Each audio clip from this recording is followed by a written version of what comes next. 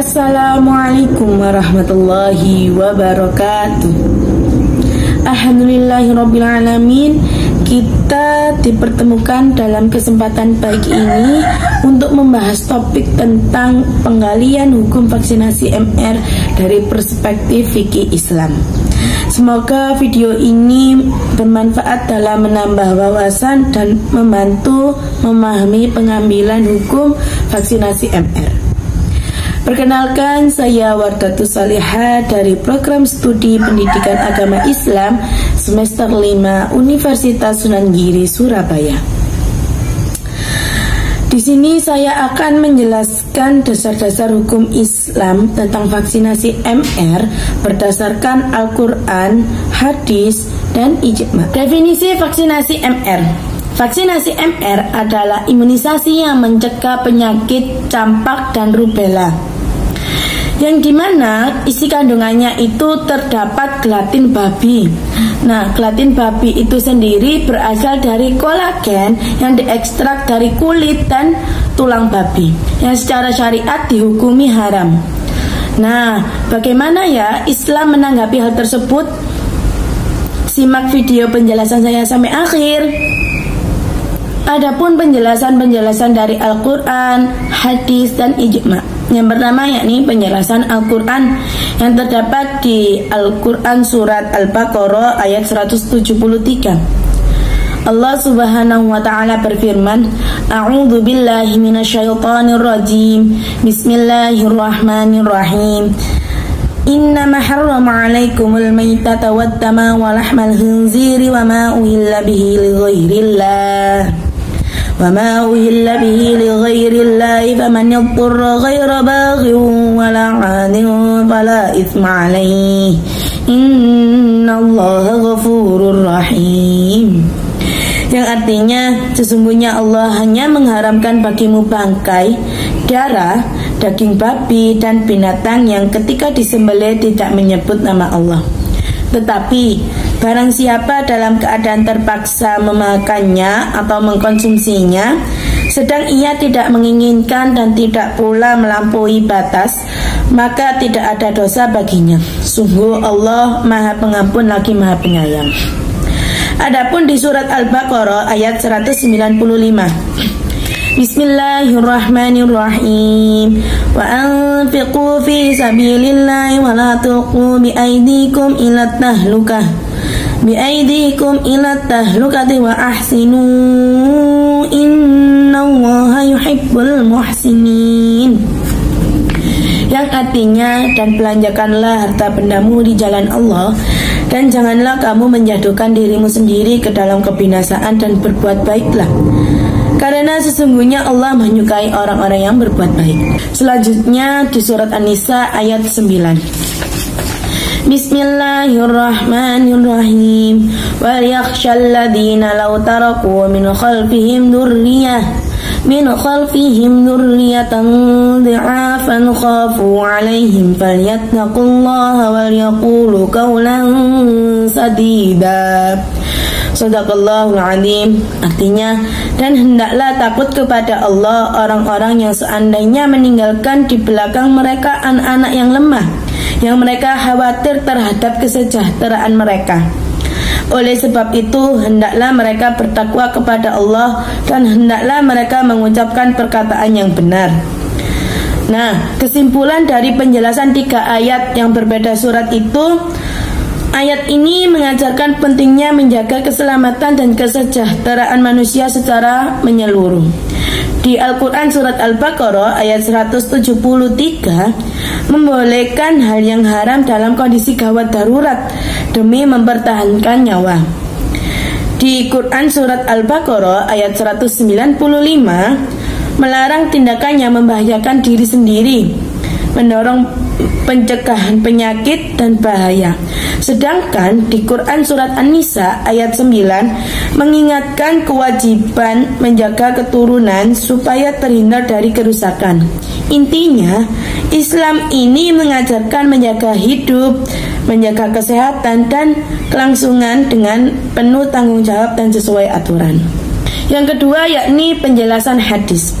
Di Di dalam hal ini Rasulullah Shallallahu Alaihi Wasallam bersabda, qala Rasulullah Shallallahu Alaihi Wasallam, Inna Allah anzalat da'a wa dawa'a wa ja'ala likulli da'in dawa'an fatadawaw wa la tadawaw biharam.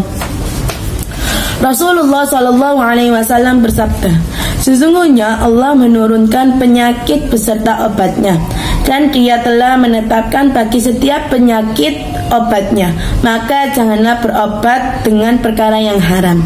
Hadis riwayat Abu Dawud nomor 3372. Hadis ini mengajarkan kita untuk berobat aktif, karena Allah sudah menyiapkan obat untuk setiap penyakit, kecuali penyakit tua, yakni pikun.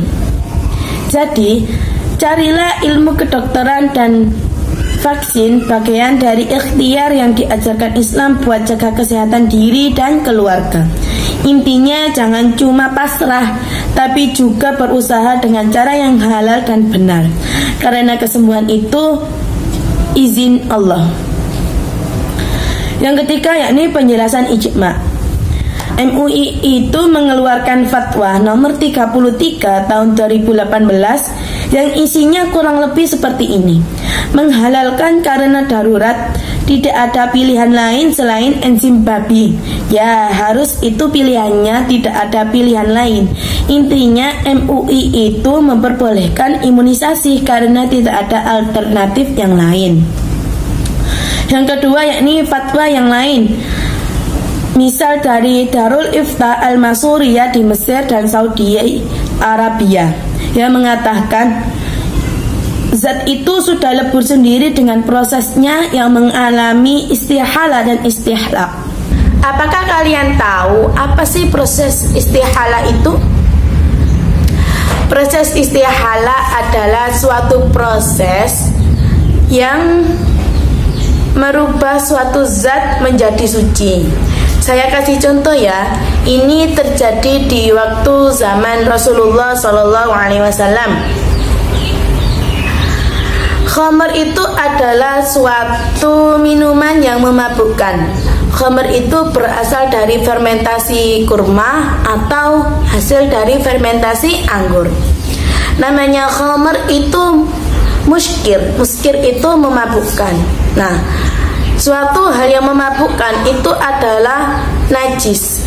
Nah, tapi kalau khamr diproses lagi menjadi cuka, itu menjadi hal yang suci, karena cuka itu hal yang halal untuk dikonsumsi.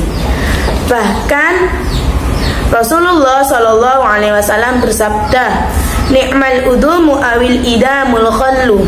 Sebaik-baik lauk adalah cuka. Hadis riwayat Muslim nomor 3823. Ketiga, menurut Dr. Zaidul Akbar, dalam isi dakwah beliau di YouTube Q&A tentang vaksin dan teknik berkaitan dengan vaksinasi itu haknya orang tua. Orang tua itu berkewajiban menjaga amanah dari Allah, yaitu anaknya. Ada banyak cara orang tua itu menjaga kesehatan anaknya. Perlu diingat, pengobatan kita itu harus berpedoman pada Al-Quran dan Sunnah Nabi Muhammad SAW. Misalkan ada orang tua yang ragu dan tidak mau anaknya diimunisasi karena ada suatu kandungan yang tidak halal. Di situ orang tua boleh tidak melakukan imunisasi. Tapi jika ada orang tua yang mengatakan boleh imunisasi karena darurat dan sebagai ikhtiar untuk menjaga kesehatan anaknya, ya boleh-boleh saja imunisasi itu dilakukan. Karena orang tua pasti akan memilihkan yang paling baik untuk anaknya. Karena itu sebagai pertanggungjawaban kita kepada Allah.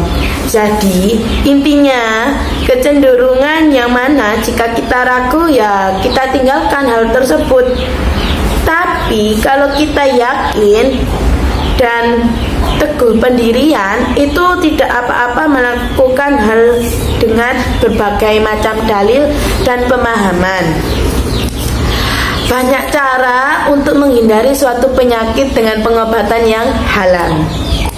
Kesimpulannya, kita harus saling menghargai pilihan masing-masing tanpa mengolok, menghina, atau menjelekkan serta memprovokasi orang yang tidak vaksin.